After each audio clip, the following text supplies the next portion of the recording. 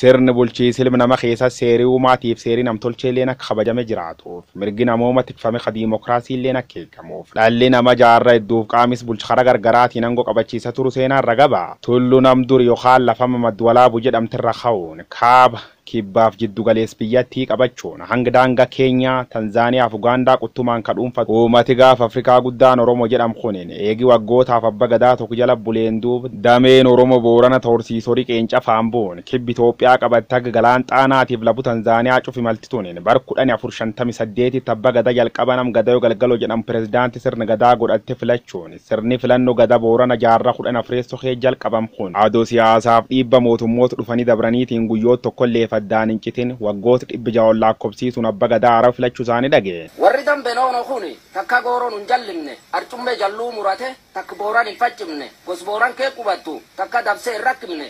misoom mootummaan karoorse takka booressee hin hanqibne jechu booruu namaan jedhe takka garaatti hin hambifne booran garaa walgalfadha galat dambenoon fuudha qa'ee galata dhaqanii warri tokkollee hin hanqibne. Qa'ee waarsirraa arganii seena keessatti hin kaasanii waarsituu waaree haate gootummaan isan faarsanii irdarii bokku dhudde tula keessanii yaamsanii dhaasqaawaa afaan lama kuwaan akka taarikii kaasanii dirri adaati yoo daawwannu gannaan loon itti waarsanii aartii waarsituu dhale gammachuu guddoon na dhufa yoo waarsituu seena kaasanii goomolee qaamaan soo dhumnu bisaan tuwanii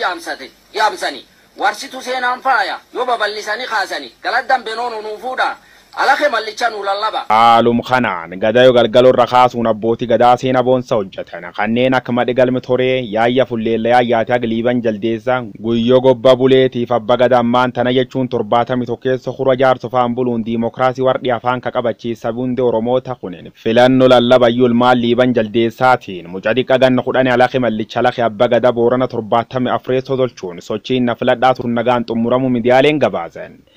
filannoo baannattu ayyuu fiixee Boorana kakaadhimamtooti lama laxe mallicha laxeetii filmi abba gadaa duraanii liiban jaldees liiban torbaanii oliif irra wal mixicha baantana alaxe mallicha alma abba gadaa Boorana 69 kan sagalee waligalaatiin caalu yoo filamu Boorani adula yookaan kaawunsilaroota abbootii gadaa Boorana 74 namoota 5 lallabuun jiltituun nagaan xumuram jibichi boori korma ta'u diqqeennaanaa dirraan laalanii gurbaa borii biyyi bulchu aadaa abbaa madaalanii ayyuu aadaa lallabanii Booran mo'annoon dhaananii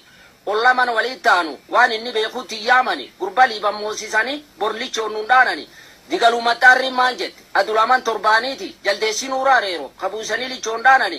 guyyaa iyyuu baannatani akkanum bokkuu dhaatani nama iyyuu irra goranu waan inni dhabuun kaasani warri liibanii baannattani sila bokkumaan dhaattani gabra Booran walaasisa mala ceeraayyuun kaaftani galaddan benoon onuufuudha alake mallichaan ulallaba raabagada sambaannanne nagaan goro marmaartani haalum kanaan alake mallicha alake gos Boorana dambitu raayyuu fiixee yookaan abba gadaa waligala ta'ee yoo filamu sora jaarso boruu goljoo iddoo galgaloo borbor jaldees borbor gaayoo huusee uqqaa boruu alake garbicha gos Boorana 17 keessa digaluu aawwaxxuu koonnituu maxxaarriif karrayyuu bakbuun filatamu isaanii dhaga'am.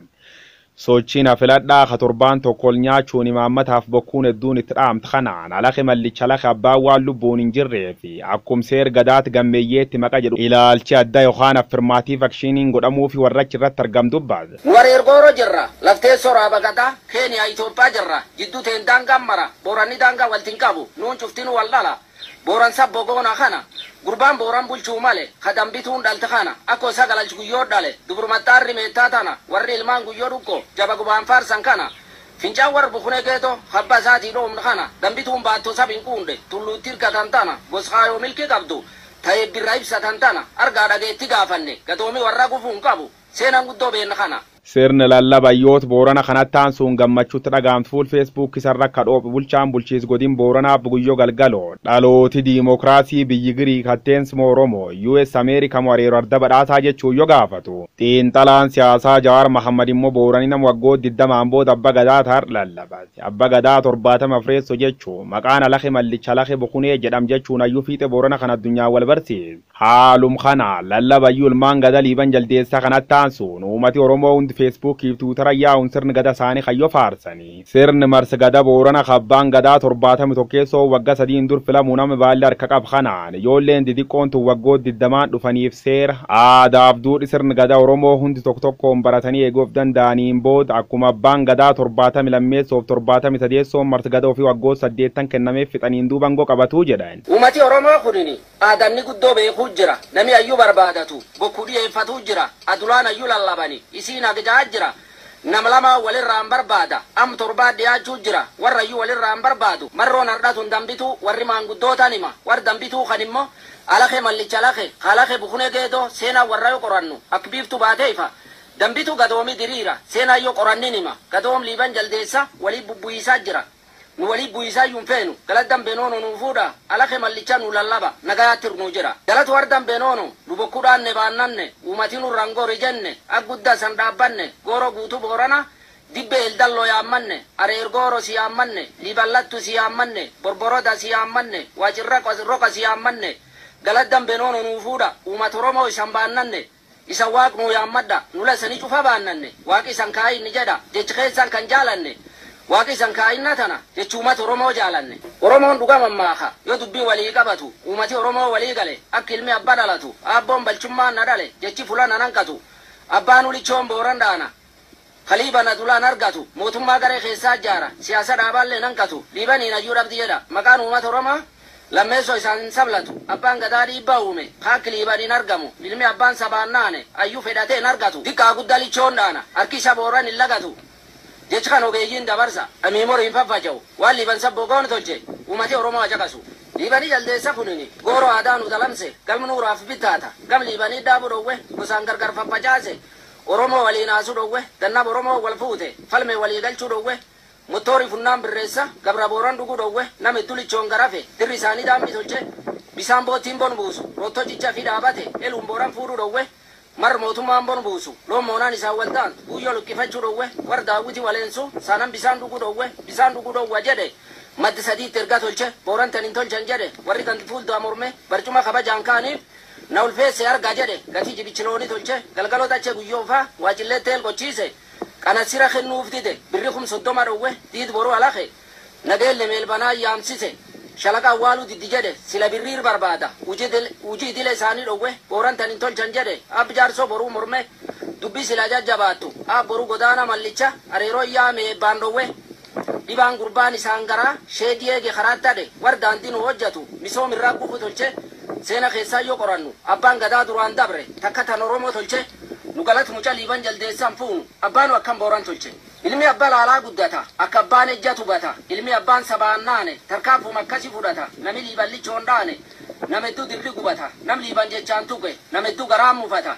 nu galatu muca liiban hin fuunu Oromoon qilxa qa'ee taate warri abbaa ilmaan nu qu'ata uummati Oromoon ajaqasa nami walirraa wahubata. Liibanii jaldeessa kunini gooru mareeroo qubata wagga 8 booran bulche nami wabeekin hubata uummati Oromoo kunini gossadii tareer qubata uummata Oromoo walaasisa nam jabeen na fudhata. Warri balchummaan dhalate waan kan jibbee kunkunfata lichoo booranaan garafu yabbuu jajjabduu fudhata lichoo abbaan nuun garafe akkamiin ilmi nu fudhata lallabii ilmaan korma ga'e booranni gootichaa qubata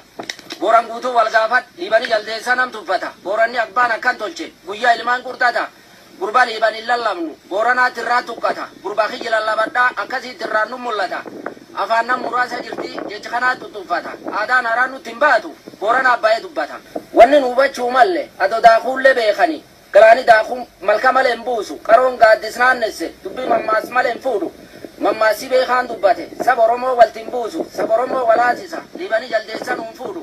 abbaan ulichoon booran dhaana kaliiban ulaagaayyuun guutu kadambituun dhalta kana gurbaan sabboo goona fuudhu galatu wardaan beenoonu Oromoon balloona nuu fuutu alafe mallicha lallabna waaqi guddaana nuu guutu namayyuu baannattoo dhufe ateen nu hayaatii gaafatanii ankuse galalchi guyyooti gochiti himattaarri meettaa. Galaddan benoonoo baannanne ala kayyuu gaaraa tolchi waaqa alaaf si yaammanne guyyaa lallaba sun immoo dimokiraasiin eegamu mootummaa biyyi bulchuu dhaamanne. Womtaatee buduu baada sirni gada Oromoo boorana kabbaan gadaa tokko filamuun dura sadarkaa waan hedduu darbuunam dhaqqabuu jira kanaan boorana akkuma kaleessa dimokiraasii addunyaatti agarsiisutti fufuu jira.